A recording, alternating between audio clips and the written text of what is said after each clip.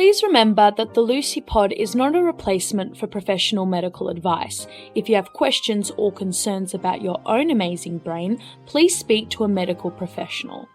I'd also like to acknowledge the traditional owners of the land on which I speak to you all today, the peoples of the Kulin Nation. Always was, always will be Aboriginal land. Alrighty. Hello everyone and welcome back to the Lucy Pod. I hope that you are all well and are staying safe. Today I have a guest joining me to talk about things all ADHD. Please welcome Taryn. Hi Taryn, how are you?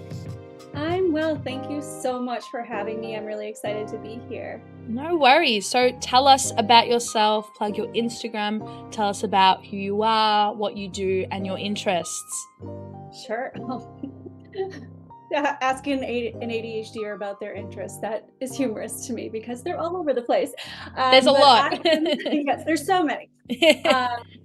So I am Taryn Dickey. I am an ADHD coach, and I primarily work with women entrepreneurs who have ADHD, likely just like myself, diagnosed later in life, as that tends to happen, not always, but often for women. And yeah, I used to be a school counselor. I did that for a number of years before I had my two daughters who are 9 and 12. I don't know how that happened. And yeah, just I'm really passionate about helping people work with their ADHD and not so much fight against it, because there are some really hard things about it. Yes. But there's also some really great things too. And so recognizing those wonderful pieces and then also how we can kind of play around with those more challenging things is one of my favorite things to do with folks. So interests, oh my goodness. Let's see. I love to read. I don't know if you can tell. I have some books. I also do pottery. I dabble. That's so cool. I know, right? So that's kind of new. I started crocheting. I have that here too. I like. So you're good with your hands. You're the ADHD who's good with their hands. I've got no motor skills. So I'd love to crochet. I'd love to do pottery, but honestly, I will say with the pottery, for my ADHD in particular, it's like I'm able to shut my brain off for the time that I'm doing it, which other than meds, I don't think I've ever experienced. That's having amazing. that shut off. So, so that's been a wonderful thing. I like to hang out with friends. I like to work out. I like to be at the beach. I mean, I feel like I probably left out an important component of who I am. They'll come up. It will come up. That's true. It'll come up. So thank you for sharing. So a new thing I do, well, a thing that I now do with guests is I ask them 3 questions before we get into like the nitty gritty. So the first one is when were you diagnosed with ADHD? I was diagnosed about 6 or 7 years ago. I was in my mid-30s. That is when I was diagnosed. Okay. Second one is, what are your current hyperfixations / special interests? Which you kind of already went into your interests, but is there like one that's a hyperfixation or a special interest? That's so funny. You know, if you had not asked me that, I probably could have rambled off a million things. Because it's like the specific question. My current, I won't, I guess it's a hyperfixation is threads, which is where we connected. Yes. Actually. Yes. And I don't think I've been this excited about a social media platform in a long time. Yeah. And it's so amazing. It is amazing. And I'm connecting with some really cool humans and I find myself excited for it. You know, it's new. There's that novelty we're seeking. It's a little bit of that dopamine, all of that. Oh yeah. Hell yeah. Absolutely. And also it's a space that currently feels good. Yes. Whereas it has good vibes. It actually has good vibes. I haven't seen any issue, and like I touch wood, it doesn't have like no one's fighting, no one's arguing. I mean, like when I see it, there have been so many times where I'm like, wow, what a wonderful exchange that was. Like it's just so different It's so from mine. So sensible. Like, yes, I've, it's so what a sensible. great Like, word. there's nothing Yeah. wrong with disagreeing. Like, I've had a few disagreements where Yep. people are like, oh, I don't really agree with what you've said about this part of ADHD, Sure. but it hasn't gone to the gutter. Like, it's Yes. like you can just say, I don't like that thing that you said, and here's why. And I would say, yep, cool. I don't agree with you. And then we're Yeah. friends. It's Yeah. really, It's wonderful. it's It's a so wonderful little nice. space and I love it. It's Yeah. beautiful. It's like this little corner that a lot of people don't really care about because it's not Twitter, it's not TikTok, but I'm Right. okay with it being that little Same. corner. I'm really Absolutely. okay with it not taking off and being this huge thing. I'm really okay with that. Yeah.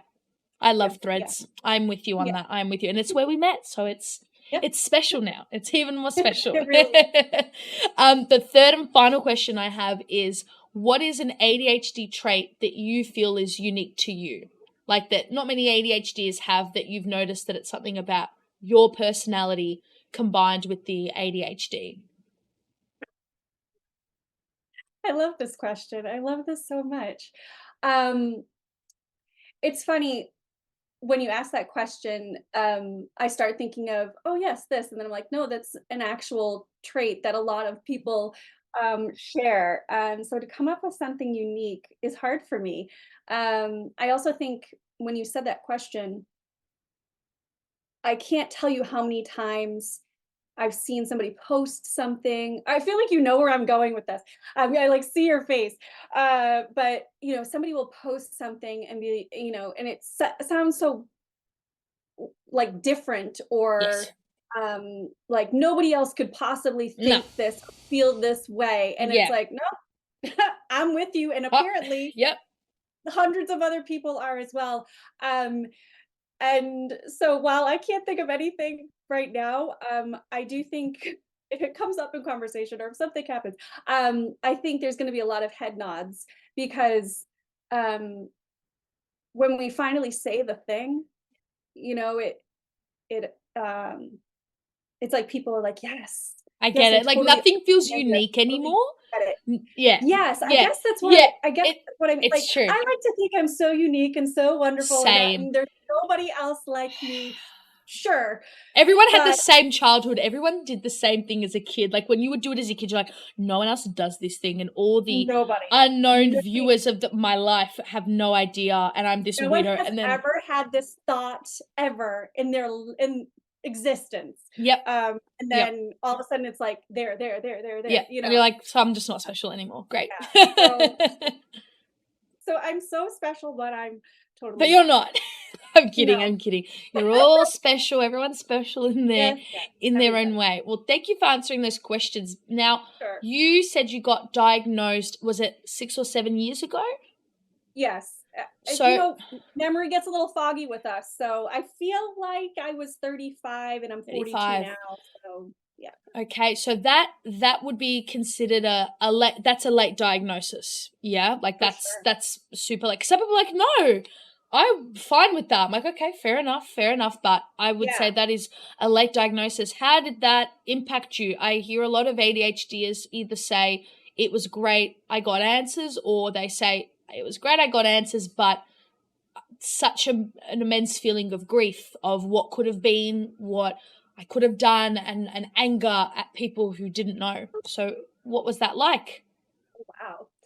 Exactly what you said. Mm, There was a lot of relief, mm, for sure. You know, yeah, it's kind of like, oh, that explains it, you know, and having that as a reason for why I struggled in so many different ways and in so many different areas, mm, there was relief, mm, but there was also a lot of grief. mm, Um, and exactly what you said, anger, frustration, the wouldas, shouldas, couldas, all of mm, that come up. mm. And there is so much unpacking and unlearning Yeah, that had to happen. I mean, that's still happening, you of know, course. 7-ish years later. Mm, of Um, but yeah, there was a lot of tears, a lot of course. um, my therapist, God bless her, like, there's just a lot of processing. Yeah. Um, because life had been hard, Yeah. and I didn't know why. I thought it was, I thought there was something unique to me, just me. Yes. I thought it was like Yes. a character flaw, Same. there was Yep. something You're yeah, really made to feel that way when you're undiagnosed, because you're like, why can't I just do the thing that everyone else yeah, is doing? And I can imagine as an adult, it would feel even worse, because when I was undiagnosed, I was a kid. So I was like, I am different and I don't like this, but I'm a kid. I have time to figure it out. Whereas an adult, you'd be like, why can't I be like the other adults? Like, why am I so behind on this? It would just be so like frustrating. You'd feel like there's something wrong. I remember writing in my diary and saying, I think I have a like problem in my brain, which I do have a problem in my brain. It's ADHD, but I really thought it was like this illness. Like I remember right, saying like, I have a sickness in my brain because yeah, nothing's working. Like yes. it doesn't make sense. So yeah, what prompted you to be diagnosed? What was it? Were things just getting too hard and you were like, I need to do something, or Yeah, it was pretty that? much. Mm, So, I struggled pretty much the start of high school, maybe just like a little bit before then in terms of, academics, and things weren't as easy. And of I course. started to come up against these challenges that I had never come up against before, but I managed. There was a lot of like band-aid slapping or figuring things out, or, um, you know, Making do with what you've yeah, got. and Yep. you just figured it out. And I think for me, what ended up happening is I had kids, Mm, and I was also an entrepreneur, and doing that without a neurodivergent brain, I think is challenging in and of itself. yes. So I recognized, to your point, I'm looking around and okay, it seems like some other folks are able to do this a whole lot Easier. better or easier or Yep. simpler than I am. And what looks like 3 steps for them feels like 486 for me, and I'm like behind 500 plus, like Yep. it was Yes. just feeling like I could never figure things out. I could never get ahead. I could never, never mind business side of things. Like I couldn't do the dishes. I couldn't do the laundry. I Mm. couldn't do like the What you everyday should be doing, types. like what Right. are your Like basic just life skills? It's like everyone is taught, right. like, do the dishes, like you should Yeah. remember. Yeah. Oh, okay, I'll just do them, like, you tell me to do them, Uh, and that means nothing, yeah, So, absolutely. it came to a head, and I had suspected for a while. I said I was a school counselor, I'd worked with Mm. students forever, so Mm. I was so familiar with, I wrote, uh, accommodation plans to assist these students. So I Wow. was so familiar Mm. with ADHD, how it presents. And when I look back, I'm like, oh my, of course, of course. It's like, duh. But Yep. when you're living it, you think there's something wrong with my brain, and nobody else It's like has it. there is. Hey. Yeah, yeah. So yeah, it was just everything had come to a head. Mm. Overwhelm was like to the max. Yeah. And I thought I was like, just completely losing my mind, so And it was time to it do was time. something. It was How was the time. diagnosis process? Because I know that in Australia it was pretty bad for a while, and it still is pretty difficult to get one. It's incredibly expensive. Like I think for like some families, it costs them about 800 Australian dollars to get a diagnosis, which is, people don't think that's a lot. That's an obscene That's amount so of money, and I can't imagine if you had multiple kids you wanted to diagnose, you'd be Mhm. like Sure. insane. So how was the diagnosis process for you? Because you're based in the States, so what's the system like there? Which Well, I think we really, all have I opinions, and I like to talk about the American healthcare system, but I would like to yeah, hear we don't from that's a an whole American other yeah, that's a whole other issue. episode. Yes. And I'm not qualified to talk about that, but No, that is no. I personally, Mm, had a generally positive experience, that's and so good. I say that with, like, an immense load of privilege, Mm, and I like well-resourced. We have great insurance. Not everybody does. No. And it was one of those things. I had a conversation with my primary care, and I just said, this is what's going on, and this is like, what can we do? And he sent me to a psychiatric nurse practitioner who I met with several times. We did, we did all the, rating scales, we did all the interviewing, we did all of it. And, it almost instantly she was like, yep, totally. Absolutely. There's Yes, this is a very obvious case in front of me. So, it was a pretty relatively easy process. That's good though. I spoke up. Yes. Doing that was hard initially and took some time.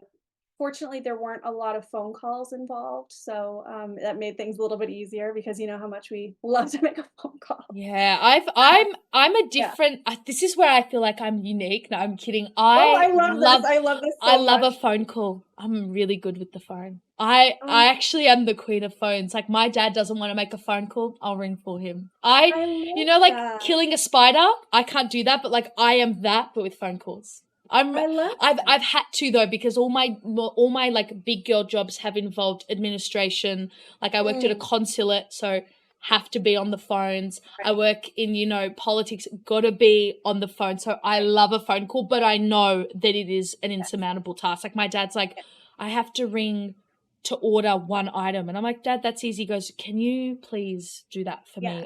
He's like, I have to dial the number, I have to find it, then I have to talk to them. I'm like, that's... Yeah. But for some people, it's like, I just can't. And imagine you're trying to get diagnosed and you have to do all these phone calls. It's like, it feels a bit counterintuitive. There's so many like little teeny tiny tasks that are like unknown and unseen. Absolutely. And they just like crop up. So, but anyway, my process was actually that's good. Pretty simple. That's good. Thankfully. No, that's a good thing. We want to hear that. We don't want to hear it when it's hard. I mean, we want to hear it because it's important, but like, I'm happy for you. We want to know. I don't think this is my unique experience as but I do think that my experience is actually more or less common than what most. Even mine. I have two teacher parents. They noticed something was going on. I got diagnosed when I was 13, and obviously I didn't have to pay for anything. They were able to. I was able to be medicated, whereas I'm now meeting so many friends and people who are my age who are like going through the diagnosis process, and it's just completely different. It's hard. It's very, very hard. We're really, really lucky. It's really lucky and just privileged to be able to access it, because it's just really expensive. Same with like medication. How was that accessing it? Did you get it immediately once you were diagnosed? I did. I did have some luck getting it immediately when I was diagnosed. And the only time I haven't been on it has been more recent, since October. Because there was a shortage. I don't know if this was like globally or if it was there was a shortage here. It was with I can't remember which medication, but yes, there has been a shortage. And so I haven't had it since October. And so that's been interesting. Oh my God, so you don't have your meds. So that's been really interesting. Yeah. Is it all, do you hate it? Like, do you not like, I think that would be horrible. Some days I'm like, oh, I'm fine, this is great. And then other days I'm like, oh, no, this is not how I want to live. So it's been a back and forth. And this is like, all I probably need to do is to communicate with my nurse practitioner, who usually fills the script, and just say, hey, could you call that in again and see if they have it? And I'll call for you. I'll do it. After we get off, I'll call for you. That would actually be really great. I'll sort it out for you. I'll don't worry. We'll chat after. We got this. You have not been able to have your meds since that's horrible. That's awful. I need my meds. And I say that and people look at me funny, non-ADHD, is like, you need them. They are so important for our health. Yes. They're healthcare. They're a form of healthcare, like an antidepressant. So that's fully agree. Yeah. What's the shortage? Can they work faster in the labs? Can they? Listen, I'm not a chemist, but I just feel like it's like, Surely. I don't know. Surely, like Walter White and Jesse were able to make Exactly. their stuff really quickly. Like they made a big batch. So I feel like it's easier. I have questions. Yeah. Maybe we'll give them a call afterwards. I will call. So I'm really good at writing letters. Yeah. Oh, okay. Well, there you go. Well, it's like a nice little combo there. So I'll do the calling and you'll do the letters. Perfect. If they don't answer your letter, I will call for you. So the next question I had for you is, what made you become an ADHD coach? Was it straight after your diagnosis, you're like, I'm gonna do that, I want to do that, or did it come to fruition in another way? What brought you to becoming a coach? Oh, yeah. So as I said, I was a school counselor, so I do have my master's in counseling. Awesome. So I have a lot of training in how to work with folks in the here and now, and also looking forward, like where we want to be, where do we want to go. Um, when I had my first daughter, I found myself out of a job from where I had been working. And there really weren't a lot of school counseling positions in the area. And if there were, I was actually too expensive. People didn't want to hire me. And so it was really hard. Because you were educated. Because I was educated and I had all this experience. And so I was really struggling. And I found the online entrepreneurial world uh, right around her first birthday.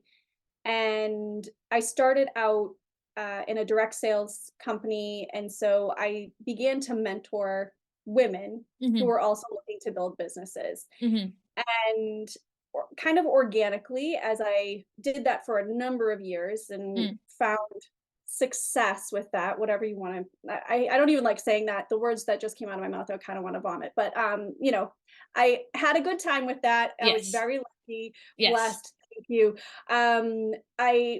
I started stepping into more mentorship, more coaching of women in particular. And what I began to notice, especially once I was diagnosed and once I shared that with, the interwebs, that the women I was working with were also experiencing a lot of what I experienced. And I think you probably know that we're like a moth to a flame. We tend to find one another even when we're undiagnosed or, self-diagnosed or have no idea diagnosed. We tend to find one another. And so it was, like I said, it was this very organic, oh, I'm already coaching these women who are exactly like me. And so just up one day, and I think it was like November of 2020. Oh, wow. When we were all trying to just figure out our lives. Yeah. And I was like, I'm already doing this. Like, this is what I want to officially be doing, and be calling myself and presenting there, to let folks know that that's what I want to do. Because for me, I think what happens to a lot of us, not everybody, but I think what happens is that we see all these messages of this is how you should run your business, or this is how you should be doing things for to be an entrepreneur. And it's coming from people who are neurotypical or do not have our brains. And so we start to question ourselves when we can't, like, we actually cannot do they're giving strategies that are not designed for us. They're not designed for our brains. It might work for us for maybe a week, maybe a month, maybe a few months, maybe, but overall, it's a struggle. It's going to fall apart. Yes. And I think so many amazing humans, amazing creatives, innovators, just the most beautiful people in the entire world have not done the thing that they are meant to do simply because they were listening to the advice of somebody who truly just doesn't understand them. And that, I think it like breaks my heart. And so I think that's why you did the thing. But yeah, I think that's why it means so much to me to be able to work with people in this this way. It's important. I used to think it's so contradictory to be an ADHD coach, because my idea of an ADHD coach was like, you have to be organized, you have to be on the ball, which is hard for us. So I'm like, how the hell would you be a good ADHD coach if you've got not all these flaws, but all these issues? But speaking to other ADHD coaches, like I just did an episode, and speaking to you, it really does prove that it's actually not contradictory to be ADHD and to be an ADHD coach. It actually makes all the sense in the world. That's not to say that there aren't some good neurotypical ADHD coaches. I'm sure there are, but I do think you're almost more qualified if you are ADHD, because you understand the person better. And obviously ADHD is a spectrum, and it's not a cure-all. I remember talking to an ADHD coach, his name was Ron and Liz, and they were like, you are not there to cure you or fix you. We're there to be your thought partner. We are there to be with you and to work with you, not against the ADHD, and you have the answers. We don't tell people what to do, and you have the answers, and we just help you get there, which made me think of psychoanalysis, where, you lie on the couch and you speak, and the psychoanalyst only interrupts you a little bit because he knows or they know that you have the answers, and you just have to come to them, and you just need a bit more help. So it makes sense to be ADHD and an ADHD coach. It's not a contradiction. That's really awesome. So what sort of clients do you have? What sort of people do you see? Is it a mix of people, or do you focus on a specific group that you want to look after? I mean, I'm open to working with anyone. I know that's like so not what you're supposed to say. No, I think that's great. That's awesome. The other coaches I spoke to, they're like, I want everybody. If I could have everyone, I would have everybody. So that's a good thing. I say, like, I work with women entrepreneurs, ADHD, probably around my age, because that is who comes to me. To you, yes. Likely because they relate to me. They see themselves in you, and like, vice, I think that naturally occurs. But I wouldn't say like that's what I'm like seeking out. Yeah, you're not gatekeeping and I only take it's just who comes to you. And I've worked with women who are not entrepreneurs, and that's not even on their radar. No, thank you. So everybody's welcome. Please. Imagine if you'd come on and said, I don't. It's like, I don't want anyone. Brilliant idea, and I want you to see that through and foster it. Yeah. Oh, that's good. Imagine if you came on and was like, I actually only have people who are just pretty and smart, and then that's it. And if you just don't meet the quota and the look, sorry, I'm just not interested. No, not for me. Of course not. And so how do you organize yourself with being a coach? Because it's a business, it's a job, it's a thing. So how do you do it? Are you registered under a company, or is it your own? Do you work from home? How do you do it? How do you manage it? Yeah, so it's my company. It's an LLC, and Woo! I work from home. Yes, nice. Thank you. But I work from home, and I use the simplest things because simple for me works. Anytime I try to make things more complicated, that's when people and things fall through the cracks. So, my sessions are on Zoom. Everything is through my Kajabi. It's connected to my Google Calendar, which is how I live my life. Alarms all the time. And then I use Google Drive to keep everything in folder. One space. Yeah, in one space. Yep. Yeah. And like I said, it's simple. I write my Instagram posts. I write in my notes app, and then I post things. Same. I am not using boards or whatever. I don't even know what these things are called. Maybe it's my age shining through, but I don't use that. No, I can't. And all power to people who do, but oh no, I couldn't be bothered. Brilliant, but I know. I have tried a lot of things. Yeah. And this is what works for me. Yes, I am. most important is finding the thing that works for you. Absolutely. It's whatever. I always say that to people. It's whatever works. For me, it sounds like a nightmare, but for you, if it sounds like a For you, dream, you do it. Like when sunshine. people are like, I have a physical calendar and a pin board. No. That sounds like a 6th layer of hell to me. But you know Yep. what? Same. It works for you. Godspeed. Uh-huh. You do that. I'm a calendar girl and I'm an alarms girl. I want to know how many alarms you have set right now. How many alarms do you have? Because I've cleaned mine out, but I still have a lot. So I'm pretty good at cleaning out. I'm also somebody who doesn't like notifications.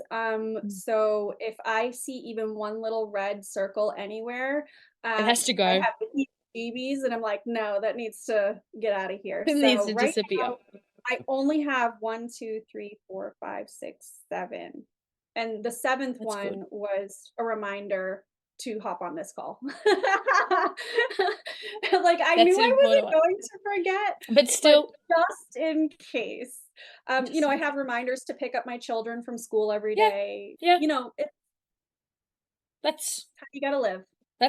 yeah. And you know what? It means that you won't traumatize them by forgetting to pick them up. Yeah. I always see those It only reels where it's happened one time. oh, they won't remember. Kids don't remember. They'll be fine. You've got your alarm set. So how Right. is being an ADHD coach, how is that perceived in the States when you tell people that? Do they go, oh, so like what's your real job? Do they take you seriously?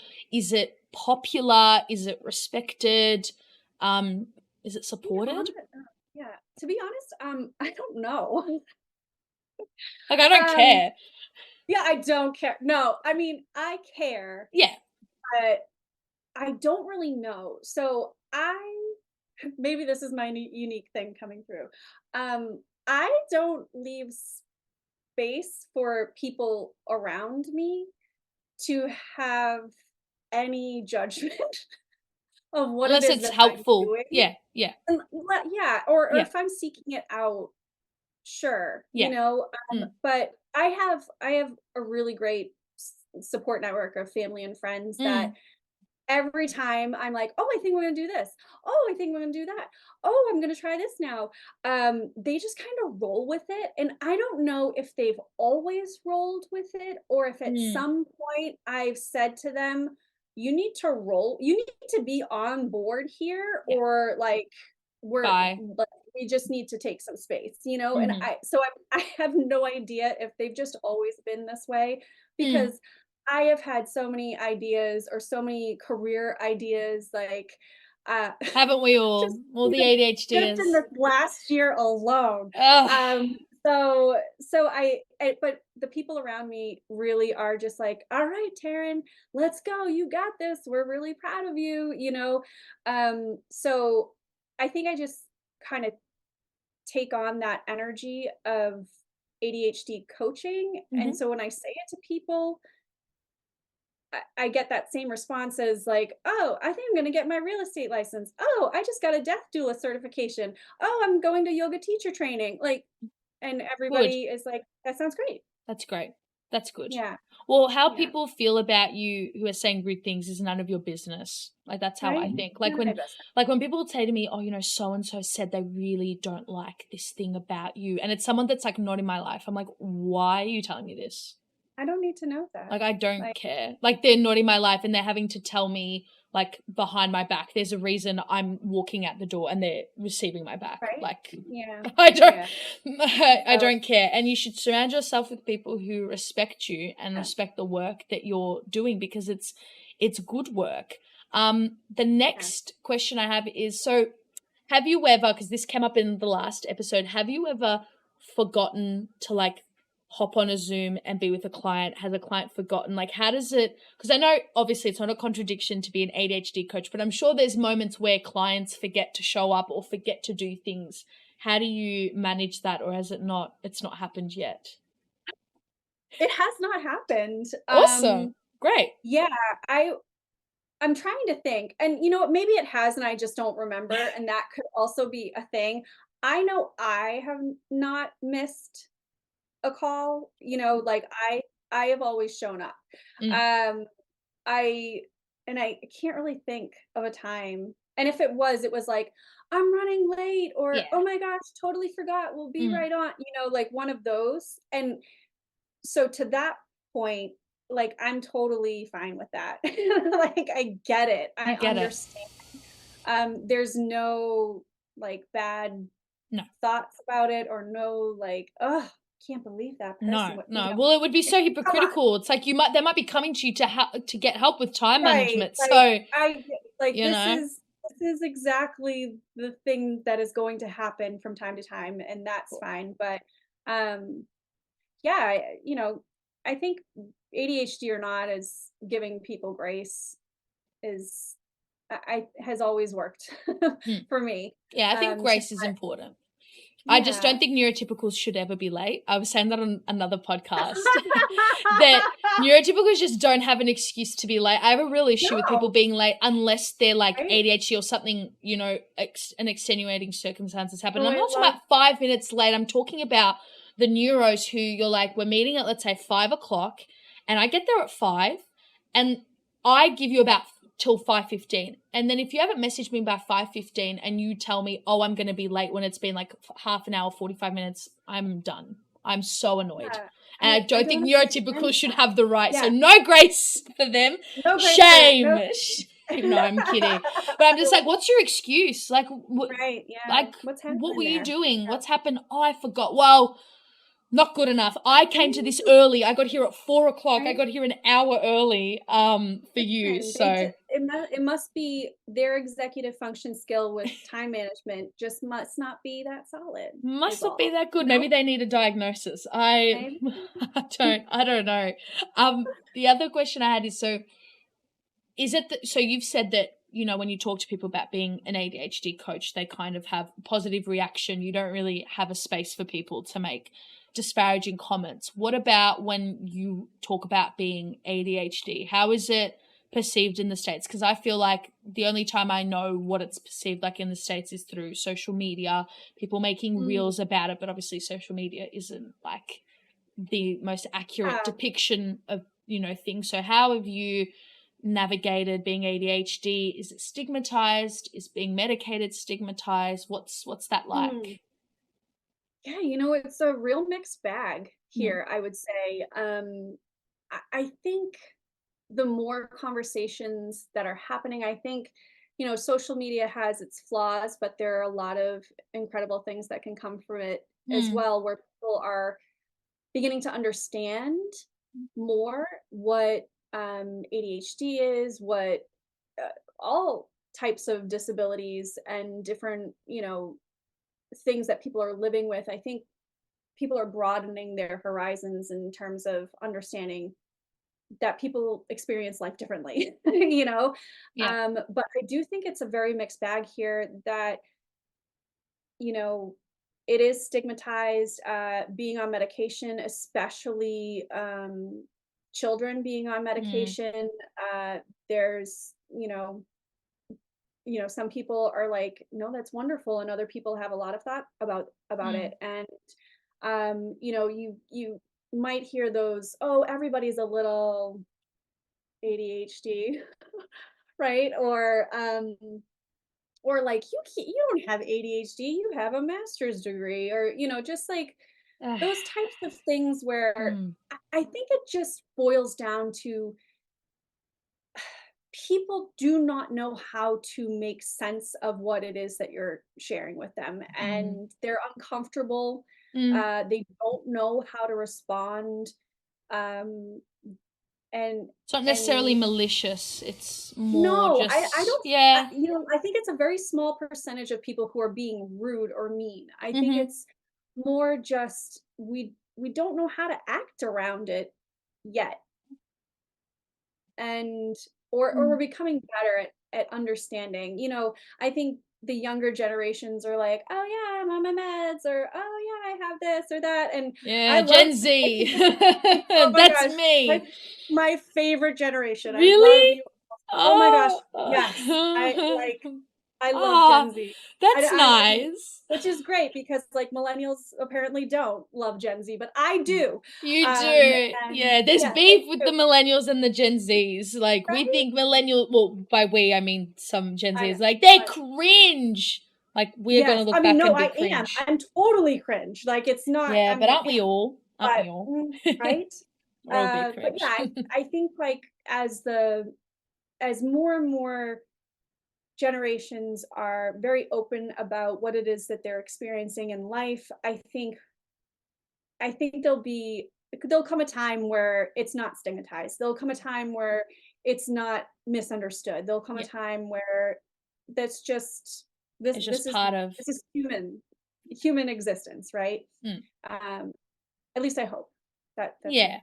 I think, yeah, I think there's like a two types of, well, obviously there's not two types of people. People are very nuanced and the world is nuanced, but I think there's two types of people. I think there's people who are just genuinely curious and don't Yes, know about ADHD, who are actually very well meaning and who might ask questions that are like, make your, eye roll worthy, but right. that are genuinely like just don't know, and who are just trying to be nice. And then there's the subset of people who think they're experts and Yes. who don't know anyone who's ADHD, are not ADHD themselves, and like to give decrees. Like, they make blanket statements like, putting your child on medication is a form of abuse.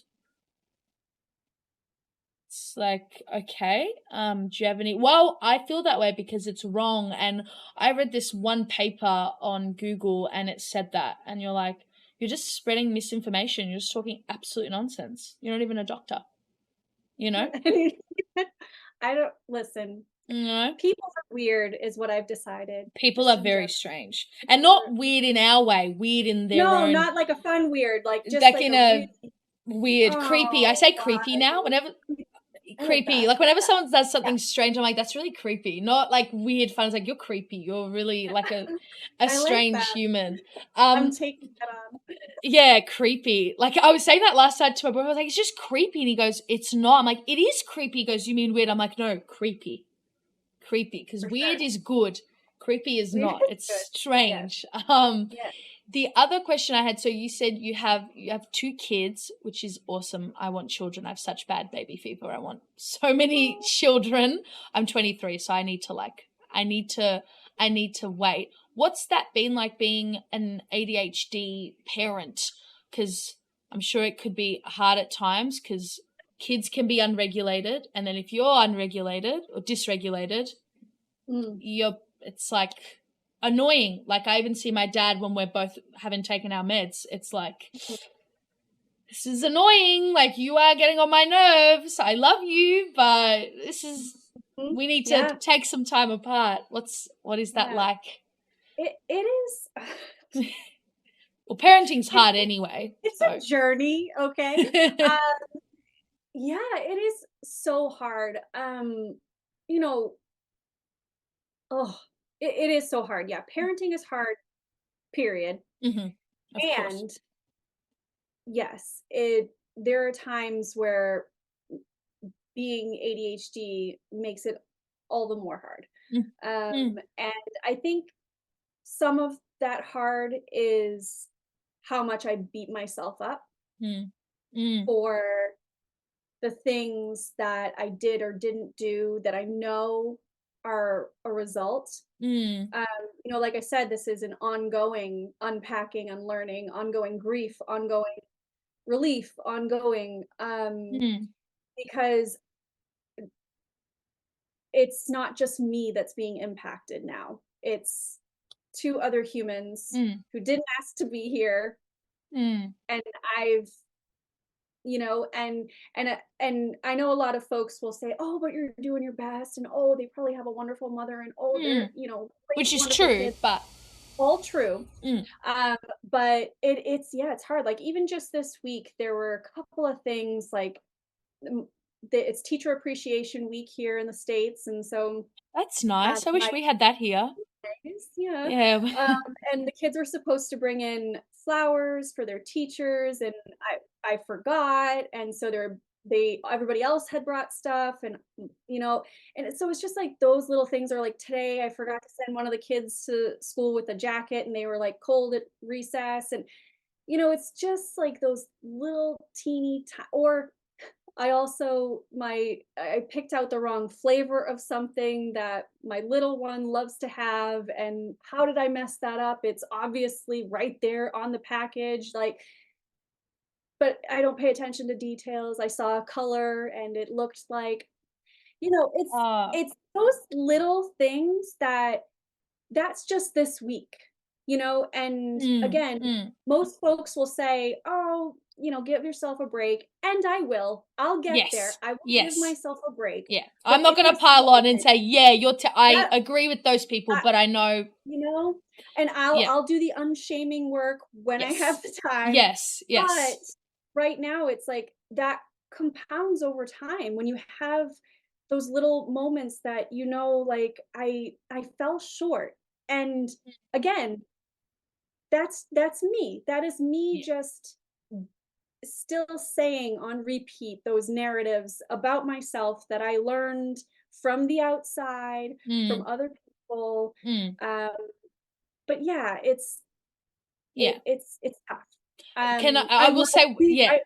I I was, love it. I love being a oh, parent. My kids oh are yeah, but it's freaking amazing. two things can be true Um, at once. yeah, Two, yes, that's the, like, whenever I talk yeah, to anyone who's a parent, they'll say all these, not bad, but like all the bad things, because there are bad yeah, things about parenting, like sure. that my kid shits me It's that, and hard. then they say, oh, and I just want to have another one, and I would do it all over I again. I'm like, know. what do you It's mean? But like, I it's know. I know. We're yeah. walking contradictions at No, times. but it's true. I will say Yeah. one thing as, a child who have had wonderful parents who will say to me sometimes, when we did that thing, when we yelled at you, did it upset you? I will say one thing. These things that parents feel bad about, specifically ADHD parents, trust. Mm, Your child will not remember them. We will be okay. Like, you have not, parents thank have you. not you've not damaged us by missing out on those things. We will live. And you Yeah. know what? Your child will always have something to say about you in therapy, even if you've been an Right? amazing I mean, parent. I'm My getting dad, great content. no, but it's really true. And I don't mean good content in therapy in terms of like there are parents who are really horrible, but my No, dad always I says to know, me, I know, I know. I say to my dad, "You're a great dad," and he goes, "Yeah, I know, but I'm sure if you go to therapy, you'll have a few things to say, and that's Yeah. okay. I just don't want it to be the whole bulk of reason why Right? you're Right? going, and it's okay." Well, My mum, yeah, and my yeah. mum, who's neurotypical, even says, there was a time when I yelled at you, I did this thing, and did it upset you? I'm like, I don't remember. Like, I actually Yeah, do I not know, I remember. know, I I remember we know. went and got fries afterwards, and she's like, okay, Okay, perfect. Yeah. okay, great. Yeah. Because I was beating myself up. So I get what you mean, but Yeah. it's I know. I but know. parenting is, I can imagine it is hard. And already I think even neurotypical parents would feel the same way if they Oh, missed it. for sure. Like, so it's like a compounded thing of like, I forgot to give my Yeah. kid lunch. A lot of parents do that, neurotypical or not. They forget to pick up their Right? kids. Yeah. They forget their kids' birthdays, and they're Yeah. neurotypical. So I know. they will be okay. I have a feeling they will be fine. I turned out great. So my parents forgot to do things. So it is okay. The other question I had for you is, what was it like growing up undiagnosed? Because you kind of touched on it a little, that things were Mm, difficult, but what was mm, that like in school? Were there accommodations? Was that a thing? Because you've kind mm, of you've worked in it. You used to write accommodation letters for students. So yeah. what was it like being undiagnosed Oh, as a kid and like young adult yeah. and like teen? Oh gosh. You're like, So, oh, what was your yeah, childhood I know. like? I'm It's like, oh my therapy. It's God. like, so tell me about your It was childhood. so good. Yes. Tell me all the things. So in terms of school, things were easy for me. Like I Mm, said, up until about late, I call it junior high, but it's like, eighth grade here mhm, and then into high school, 9 through 12. I really struggled mm, with my grades, and the constant message that was coming at me Mm. wasn't, oh, she doesn't understand the material, with the exception, like, when we got into like algebra 2 and chemistry. I mean, that would have been over my head no matter what. But like, no, no, thank you. But it wasn't so much that I wasn't understanding, it was that there was a lot more being expected of me, and a lot more time management that had to happen, especially into high school when you have sports and activities and socially. I loved being around my friends, and I Mm. was super into like, who can I date now? Like, that was all happening at the same time. And so the messages that I kept getting from teachers and my parents were, you just need to apply yourself. Like, you just need Oh, to work that harder, saying, that is Oh, universal. It you yes, just, any teacher with any brutal. accent can say it. Like, I can just Yep. hear some of my teachers, Lucy love, you've just got to apply yourself. That's Gotta how they apply sound. yourself. Really strong ones, yeah. And And I can hear it with an American. Yes, you yes, just need to apply yourself. Yep. yes, yeah. Ah, Oh, I know. It's like nails on a chalkboard, truthfully, right? yeah. And so beyond that, so I learned that I just wasn't working hard enough. I Of learned that course. I was in control of this entire situation, and I'm just being lazy. And, Yeah. or like I said before, it's a character flaw. There's something inherently wrong with me. Or Something bad inherently parents. bad. Right. Yes. And so that started really getting very loud, for a very long time. It wasn't until my junior year of college where I really started to take a lot more of my core classes for my psychology major. I was super passionate about it. And so those classes came easy to me. Mm. Weird. What? You were interested in something and it was like And it really worked, passionate and people weren't always and criticizing you. weird. That's a lot. And yeah, and so I ended up doing really well toward the end of college and into my master's. That went really well as well because I was really excited about what it was that I was doing and what I was learning. Um, and then I went into the field of work, and that was hard. The expectations were totally different. I think they were beyond what I had the skills for. And these were like, I had the skills to be a counselor, did not necessarily had the executive function skills to be working in a school system that is responsible for all of these children and have all of these stakeholders, the parents, the teachers, the administrators, the school board, all of that.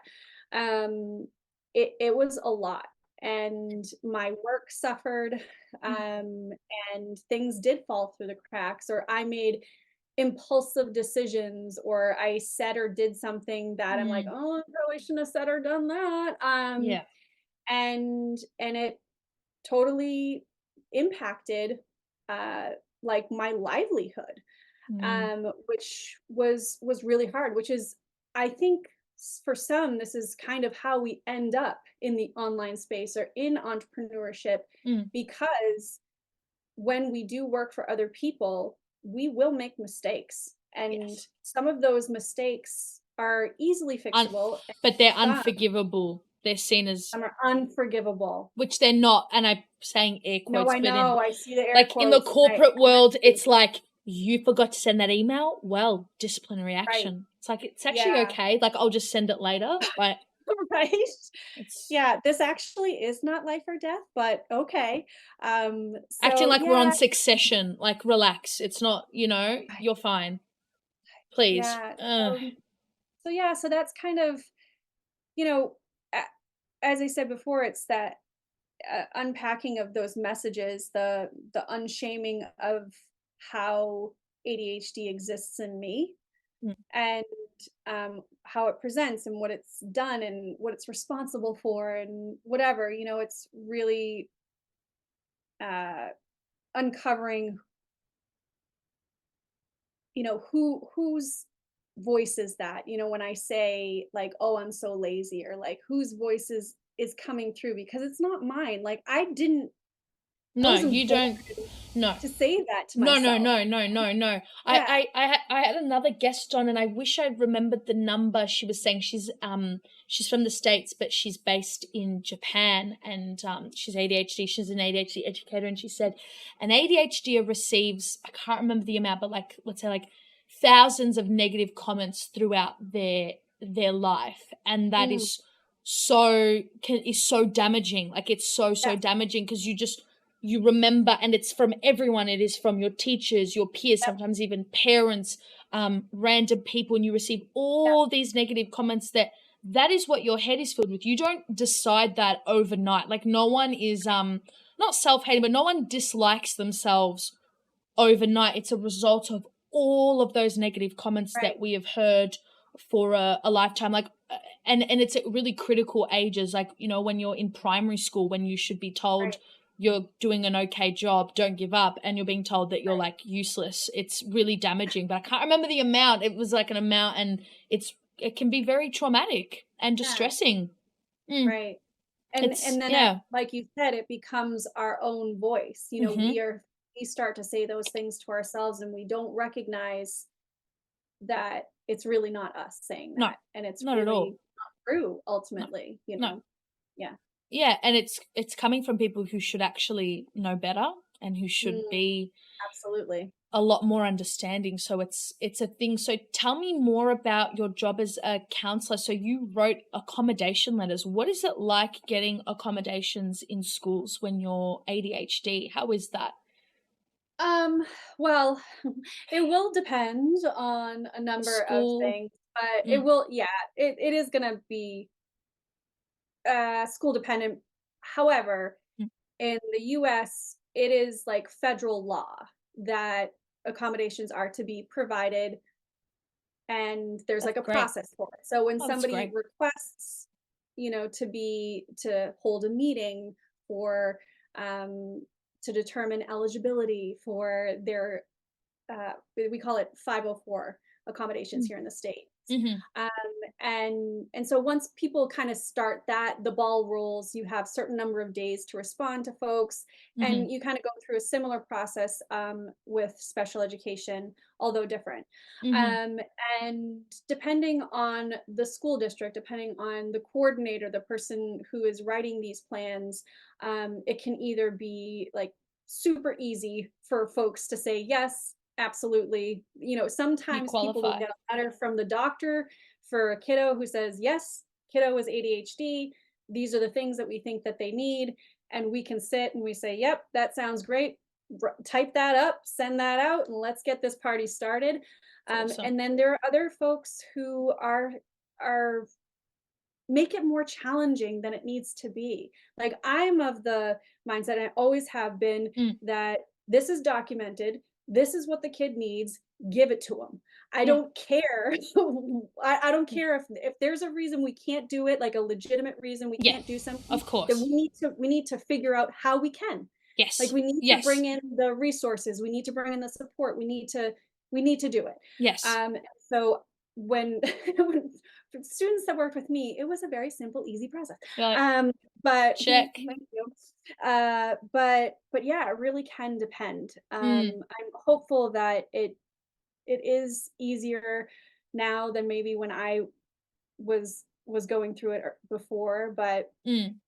but yeah, it should be a very simple process, especially when it's documented. It's like, okay, Yeah, you what can should we just do here? have the letter and be able to do the thing, unless it's due Right, to resourcing or logistics or right, it's right, something right. Absolutely. unreasonable. Because I think, I don't Sure. know the specific law, but I think even here in Australia, it's like reasonable requests. Even in a job, if you have a Yeah, disability, obviously it's sure. reasonable and not, Yeah, silly. They do yeah, have to accommodate you, and as long as you right. just, and I'm pretty sure even in Australia, I might be mistaken. I don't even think, I don't know what it's like for students. I think as a student you have to provide, but in a job you can just disclose.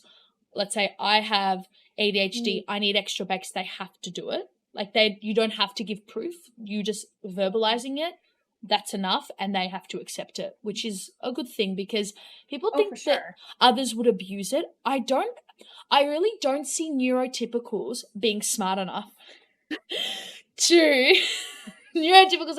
I really don't see neurotypicals like wasting the time and going, No. I am going to pretend that I have ADHD so I can get Right. these accommodations. I just don't. I don't think that's a thing. I don't And think if it that's is, a it is thing. the smallest percentage that it wouldn't even make a difference. Like, It's like the healthcare argument of, well, people shouldn't get, healthcare because some people rot the system. Like, okay, yep, I'm sure there are people who rot the system. just let it It's probably happen. a small Good for them. amount compared Good to for all them. the rich people who rot the system and who, have a lot of Yeah. money. It's really Yeah. a small percentage. And if it Yeah. means that by having people rot, but you have children who are getting the accommodations they need rather than no child because of a small percentage, Yeah. I it's a know. lesser Preaching to of the like choir two over way. here. Yeah, Yep. you get it. So before we finish up, is there anything you want my listeners, people to know about being ADHD, you pearls of wisdom which you have imparted, but anything to sort of finish this off? Something, it doesn't have to be inspirational. But Good, as, I'm on the spot. I don't want to put people on the spot. No. I just think the moment that I realized that I didn't need fixing, I think is the moment that all of these things started to come in or fall into place. Where before when I thought I needed fixing, I was fighting against so much. But once I accepted that there's nothing wrong with me, right? Like there's nothing that I need to, like, I'm not broken. No. Yeah. I think that's the one thing that I think helped me along my journey, or is still helping me, is to remind myself that you're not broken. You don't need fixing. Yes, you might need supports. Yes, you might need help. Some things to help. But you don't need fixing. Yeah. And radical self-acceptance, which I used to roll my eyes at, but radical self-acceptance, like, I'm like, everyone else is weird, I'm great, I'm fine, I just need a bit of extra help. But it's true, and people can say it's delulu, but it's like, I know I'm fine. And obviously it's not easy for everyone to get to that place. A lot of like ADHDers don't have the support, but it's so much nicer and easier when you get to that point and that stage. It's just really nice. Yeah. Well, thank you so much for coming onto the pod. It was so lovely talking to you. I'm so glad we met on Threads, and Threads exists, and just getting to do this. So thank you so much. Where can people find you? Where can they connect with you on Threads and elsewhere? Plug everything. Honestly, you're probably going to find me on Instagram still, because that's just where I hang. I don't post a lot, but I am regularly in my stories. And I think I have a link on my, I don't even know. This is how much I'm not involved on the actual page of my little bio. Yeah. You know what? Go check it out. Tell me what it says. I'll put in the link. I'll do all of that. Yeah. So on Instagram. But yeah, you can find me on Instagram. And if I ever stop reading what other people are saying and responding to people on Threads, maybe I'll actually write threads of my own. Instead of quoting. No, well, thank you so much once again. And I'll see you guys in the next episode.